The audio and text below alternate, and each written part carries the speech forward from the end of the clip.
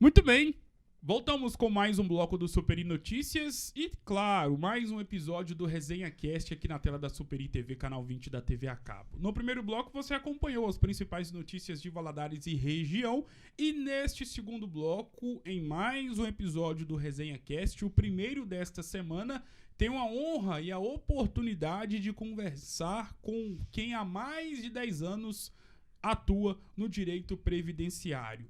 Falo dela, a doutora Isadora Pacheco, que está aqui para poder falar um pouquinho mais sobre o MEI. Eu tenho certeza que você em casa conhece alguém, ou até mesmo você é um próprio MEI, e está aqui a doutora Isadora Pacheco para poder esclarecer e uma espécie de conversa mesmo, uma espécie de resenha sobre essa categoria, né, que está inserida no mercado de trabalho e que tem ganhado cada vez mais espaço. Doutora Isadora, muito obrigado por ter aceitado o convite. É uma honra ter você aqui. Seja muito bem-vinda. Boa tarde, bom dia, boa noite. Boa tarde, bom dia, boa noite. Eu que agradeço o convite, é um prazer estar aqui. Há muito tempo que eu gostaria de participar do programa. Me sinto honrada de estar aqui e podendo trazer informações para o público e ajudar nessa parte das informações sobre os MEI. Você viu que a doutora Isadora ela tem um sotaque meio puxado, alguns R's puxados. Daqui a pouco ela vai falar um porquê disso. Mas antes, doutora Isadora, e falar sobre o MEI hoje é falar de algo totalmente atualizado e conectado com o mercado de trabalho atual. Outrora era inimaginável você pensar em um profissional que atuasse no mercado de trabalho sem ter a carteira assinada. E eu queria saber de você, para a gente poder iniciar nosso bate-papo, o que consiste o MEI? O MEI, ele é um microempreendedor individual, né? É uma das formas do trabalhador autônomo, ele está exercendo sua profissão, né? E ele faz o CNPJ através do cadastro do portal do empreendedor. E com esse CNPJ ele consegue emitir nota fiscal, ele consegue legalizar a profissão dele. E em relação à questão do MEI, e você explicou agora o que consiste o MEI. E aí eu vou até fazer um relato, porque quando eu fui fazer o meu MEI, fazer meu CNPJ, eu acabei entrando, né, no famoso golpe da internet, porque no momento em que eu fui fazer o MEI, eu procurei lá fazer MEI, entrei no primeiro site que eu vi na frente e quase caí no golpe. Quando eu falo quase, é no sentido de quase ter efetuado o pagamento ali, quase R$300, que os golpistas me pediram. Sobre isso, como fazer o MEI? É necessário a presença de um advogado? Qual a melhor forma para não cair de jeito nenhum em um golpe? Com certeza, né? Ter a ajuda de um contador ou de um advogado vai estar ali te ajudando a evitar de cair no golpe, né? Mas o MEI, ele também por conta própria, você pode entrar no site, o site seguro é o site do governo, portaldoempreendedor.gov.br, né? Realmente não evitar de clicar nesses anúncios, porque a guia do MEI, né, ele tem que pagar todo mês uma guia com imposto, e esse pagamento ele só é gerado através do site, né? Não é igual o carnezinho do INSS que você compra, né? O carnê que dura 12 meses, preenche na mão e faz o pagamento da lotérica. Você tem que gerar essa guia no site. Então, realmente é interessante entrar no portal oficial do governo, né? Que é o portal do empreendedor.gov.br, para evitar esse tipo de coisa, que infelizmente os golpistas não estão dando trégua, né? Tá o tempo inteiro querendo fazer mais vítimas, né? Menina, você que é advogada, depois a gente pode até falar sobre isso, se você quiser. É incrível a capacidade dos golpistas nos dias de hoje, né? É cada detalhe, é cada informação que, se você passar, você pode estar caindo num golpe. Verdade. Em relação à questão do MEI, os benefícios do MEI, porque como nós dissemos no início do nosso bate-papo, o MEI talvez ele seja algo que exemplifica como a relação empregado e empregador está atualizada. E o MEI, dentro dessa questão da atualização, ele talvez é a exemplificação dessa atualização. Quais são os benefícios de ser MEI hoje em dia? Tem os benefícios previdenciários, né, ligado na minha área da previdência, que ele pode, como ele está pagando ali um imposto único, né, nesse imposto único já está embutida a prestação do INSS, então ele vai ter direito ali a uma aposentadoria por idade, a um benefício por incapacidade, que é o antigo auxílio-doença, vai ter direito a um salário maternidade, se ele vier a faltar, tem a pensão por morte, tem o auxílio reclusão, então ele vai estar ali uma gama de benefícios do INSS que ele vai poder estar usufruindo. Entre outros benefícios de você ter um CNPJ, por exemplo, como comprar um carro com desconto, né? Poder fazer compras no varejo com desconto através do CNPJ, né? Ter essa isenção. Não tem custo para abrir a empresa, né? Igual se você vai abrir um outro tipo de empresa, você tem os custos, outros impostos que são gerados. E ali não, é um imposto único, né? Que ele está variando de R$ 66 até R$ 72 mais ou menos por mês, depende do tipo de MEI que você faz. Então, assim, os custos são baixos e as vantagens são grandes, né? E em relação aos malefícios ou os pontos negativos, e como tudo na vida tem os pontos negativos, tem algumas coisinhas que poderiam ser melhoradas, e sempre fazendo relação do MEI com quem está inserido no mercado de trabalho dentro do famoso regime CLT. Feito esse preâmbulo, te pergunto, tem algum malefício fazendo a comparação da relação do MEI com quem está pela CLT? Assim, quem está de CLT, ele tem que cumprir um horário, né? Ele tem que cumprir um horário e tem que cumprir os dias ali de trabalho dele. Sim. E, através disso, ele vai ter os direitos, como o 13º, vai ter direito a FGTS, PIS, né? Aviso prévio. Então, assim, os direitos trabalhistas todos de quem tem carteira assinada. Agora, o MEI, ele já não tem. Né? Porque o MEI, ele é um CNPJ, ele é um empregador, né? Tanto que o MEI, ele ter direito ainda de contratar uma pessoa, né, pelo CNPJ dele através da carteira assinada. Então, agora ele é patrão, né? Ele não é mais funcionário.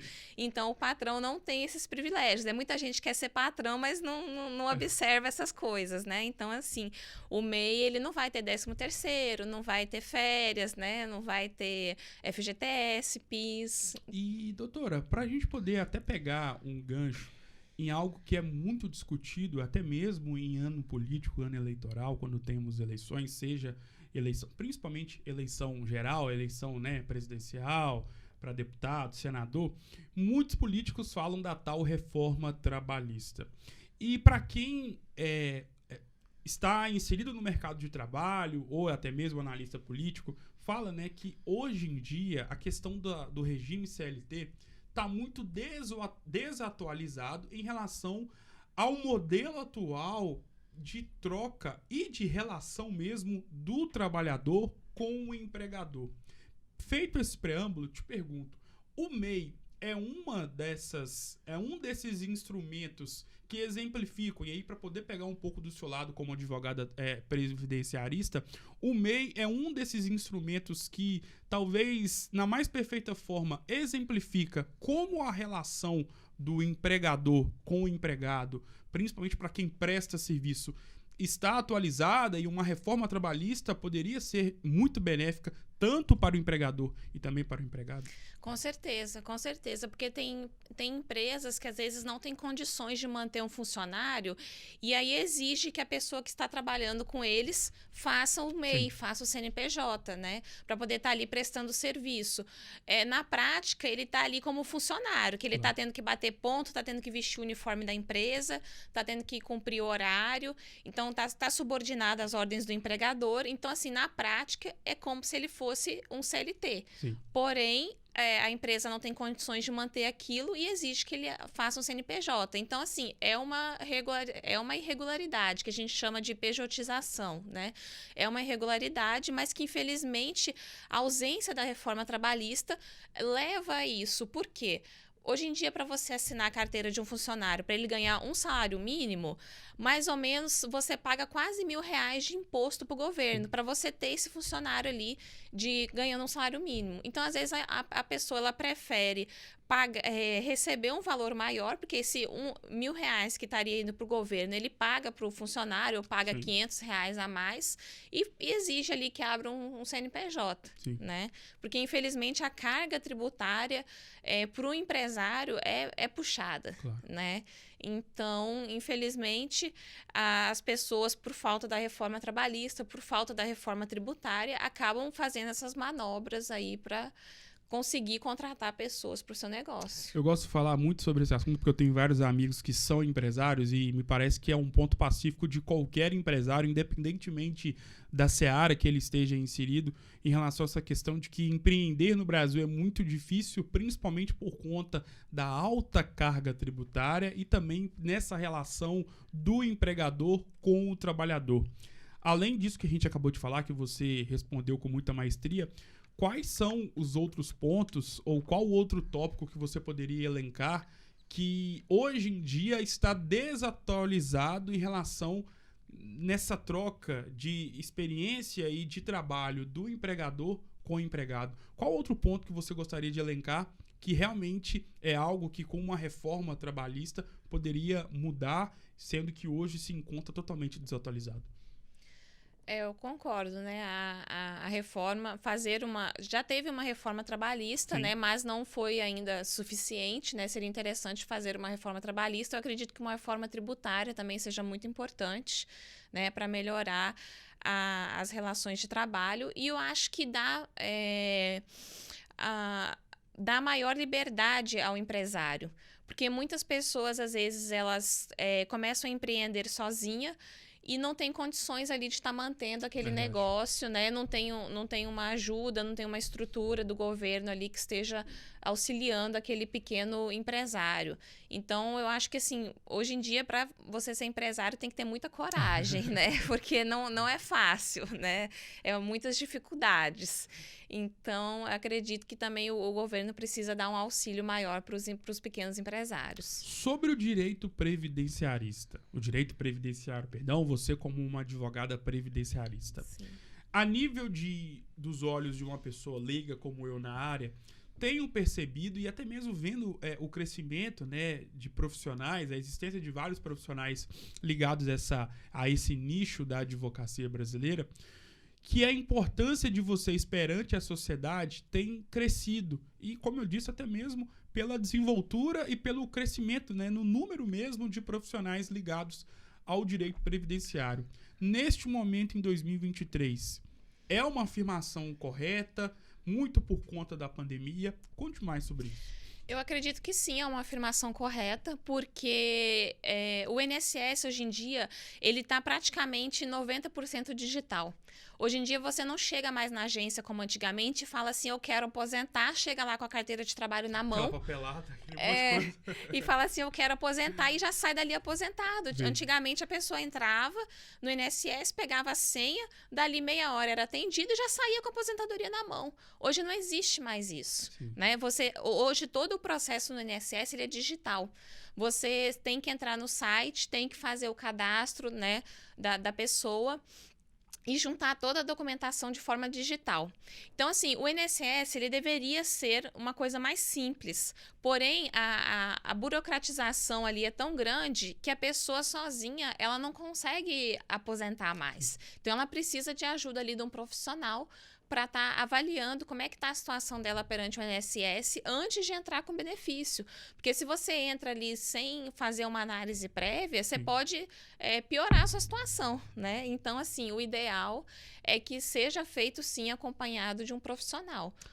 A pandemia, e aí para sair um pouco do advogado previdenciarista e sim no advogado no modo geral, a pandemia serviu para poder evidenciar o quanto que vocês, advogados, são importantes? E o que veio da pandemia no exercício da sua função como advogada que está instaurado para sempre na sua área?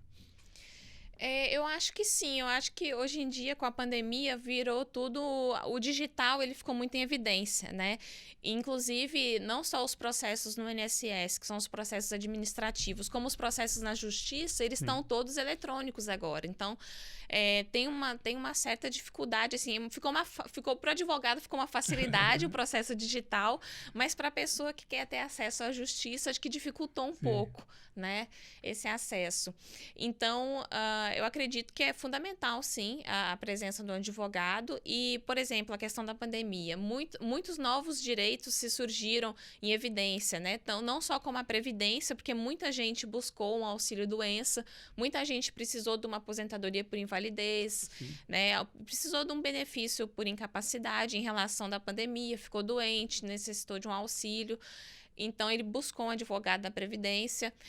A área do direito da saúde também ficou muito em evidência. Muitas pessoas doentes precisando usar o plano de saúde e não conseguiam usar, precisando de acesso ao hospital e não conseguiam. Então, o direito da saúde também, com a pandemia, eu acho que ele entrou em evidência também, junto com o direito previdenciário. Sobre o direito previdenciário, qual que é a principal pauta, o principal tema hoje em dia, ou o principal motivo da procura das pessoas em relação a vocês, advogados previdenciaristas? Hoje, abril, quase início de maio de 2023, tem algum tipo de processo, algum tipo de probleminha que tem relação com o direito previdenciário na relação de vocês poderem tentar solucionar e trazer luz para a vida de muitas pessoas que está em maior evidência neste momento?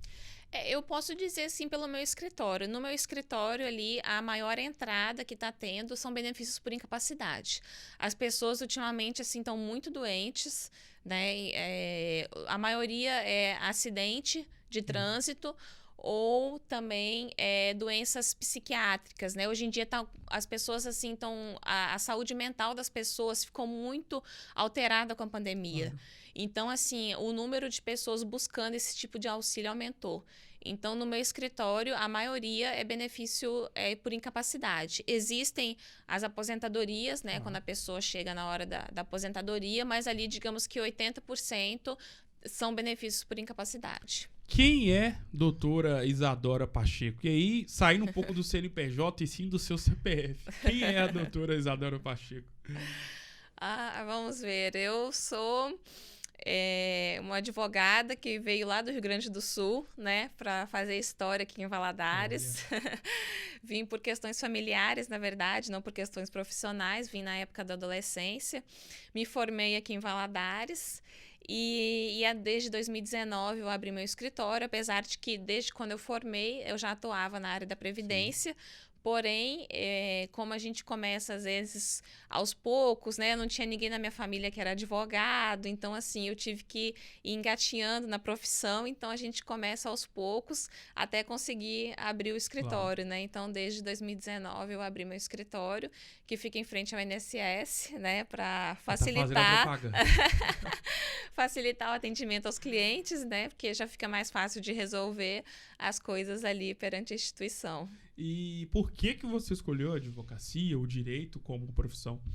Eu acho que sempre foi uma paixão minha, né? Eu gosto de ajudar as pessoas. Eu sempre quis ter uma profissão que, além de eu estar, né, tirando ali o meu pão de cada dia daquela profissão, eu também fazer algo útil. Então, quando eu consigo um benefício para a pessoa, que a pessoa está ali doente, sem salário, sem conseguir comprar o remédio, quando eu vou ali e ajudo ela e consigo ajudar ela a conquistar aquele benefício, a conquistar o pão de cada dia dela. Então, assim, é muito gratificante. Então, eu sempre quis ter uma profissão que eu pudesse também ajudar as pessoas. Então, assim, eu sou muito feliz na minha profissão, graças a Deus. Eu faço o que eu amo, né? Eu acho que isso motiva a gente a acordar todo dia de manhã e tá ali trabalhando. Com certeza. E como eu disse no início do nosso bate-papo, né? Você que tá acompanhando a nossa conversa, já percebeu, imagino, que ela tem um sotaque meio puxado. Ela já deu uma dica aqui quando ela disse, falou sobre as suas principais características. E uma advogada que tem um pezinho no Rio Grande do Sul, mais especificamente na cidade de Novo Hamburgo, tem um pezinho em São Paulo, no estado de São Paulo como um todo, e em Minas Gerais. Como se deu isso e por que dessas ramificações? Verdade, uma mistura, né? Então, a minha mãe é mineira, né? Ela é daqui da região. O meu pai, ele é paulista. Sim. E os dois se conheceram nos Estados Unidos, né? Como todo bom valadarense, né? Se conheceram lá nos Estados Unidos. E o meu pai, ele foi convidado para abrir uma filial de uma empresa no Rio Grande do Sul, da empresa que ele trabalhava. E aí ele se mudou para Novo Hamburgo e acabei nascendo lá e ficando lá até meus 14 anos de idade. E a relação com São Paulo, com o estado de São Paulo? O meu pai, ele é paulista, eu já morei lá com ele, né? O meu pai também, depois de um tempo, ele saiu do Rio Grande do Sul, foi para São Paulo, agora ele já retornou para o Rio Grande do Sul.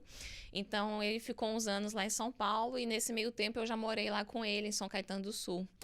Quais são as principais características, ou uma principal característica de cada canto que a doutora Isadora Pacheco já passou nessa vida e que você pode contar pra gente? Bom, eu acho que o paulistano, assim, ele é muito, muito rápido, porque lá é uma cidade que nunca dorme, né? Você quer tomar um sorvete 4 horas da manhã, você acha uma sorveteria aberta. Então, assim, lá é a cidade que nunca dorme, então lá é tudo muito rápido. As pessoas lá, o atendimento é bem diferenciado. Você vai nos restaurantes lá, o atendimento é muito diferenciado, atendimento de excelência. Porque as pessoas lá são mais exigentes, Sim. né? E o paulistano também, eu acho que falam muito palavrão. De cada Não é porque ele é mais nervoso por conta justamente dessa correria? Eu acho que sim, porque lá o trânsito é puxado, assim, você fica 2 horas de trânsito, é uma vida mais estressante. Então, realmente, eu acho que não é à toa que eles falam os palavrões lá. Bastante. E no Rio Grande do Sul já é uma coisa mais tradicional. Você vê a cultura alemã, a cultura italiana. Lá tem muitos lugares históricos, muita história preservada. O pessoal gosta, é muito culturalista lá. E eles não eram tão abertos, assim, a novidades, né? Mas agora eu vejo que com a pandemia e com tudo que aconteceu, acho que eles estão muito mais receptivos do que eram na época que eu morava lá, né? As cidades lá, a indústria lá é muito forte, né? Então é uma cidade muito mais rica lá. E Minas Gerais ou Valadarense, imagino que você também já deve ter percorrido e ido em algumas outras cidades do estado de Minas. Qual que é a grande característica de nós mineiros? Eu acho que os mineiros, eles são muito hospitaleiros. Muito mesmo, assim, eles gostam de conversar, gostam de fazer amizade, te recebem muito bem, né? Eu me senti muito acolhida quando eu vim pra cá, porque as pessoas aqui realmente são muito simpáticas, muito acolhedoras, e eu gostei muito. E em relação, pra gente poder juntar tudo isso que a gente falou aqui no nosso bate-papo, desde a área profissional até mesmo da sua vida pessoal, né? De quem você é, os lugares que você já teve que estar morando. O que é amor pra você? Ai... Amor no sentido romântico? Fique à vontade pra poder definir do jeito que você preferir. Senão você me processa, né? Como advogado. Brincadeira. Eu acho que amor é você, em relação à profissão, tá fazendo o que você gosta, né? Fazer aquilo por carinho, por dedicação. E amor romântico talvez seja estar com alguém que você aceita as qualidades, né? E tolera os defeitos. O amor é que faz o casamento durar, né? Porque a paixão ali, ela é efêmera, né? Então, é aquela emoção que vem na hora, mas o que fica mesmo, o que faz o amor durar, eu acho que é a admiração que você tem pela outra pessoa e o respeito, né? Isso tudo ajuda o amor romântico durar. Doutora Isadora Pacheco, pra gente poder encerrar nosso bate-papo, e a gente já te agradeço mais uma vez por essa oportunidade de poder te conhecer e te conversar. Esse espaço, essa conversa faz parte do livro da sua vida. Daqui a 10, 15 anos, seus filhos vão poder acompanhar esse bate-papo no YouTube. Imagina como é que será o YouTube daqui a 10 anos. Se hoje já tá totalmente moderno, né, menina? Imagina daqui a 10, 15 anos. E esse bate-papo é o livro da sua vida. E como todos nós sabemos, você como advogada teve que estudar muito, teve que ler muito acima de tudo, continua lendo muito. Sabe que todo livro tem as páginas positivas, tem uns assuntos mais legais de serem tratados.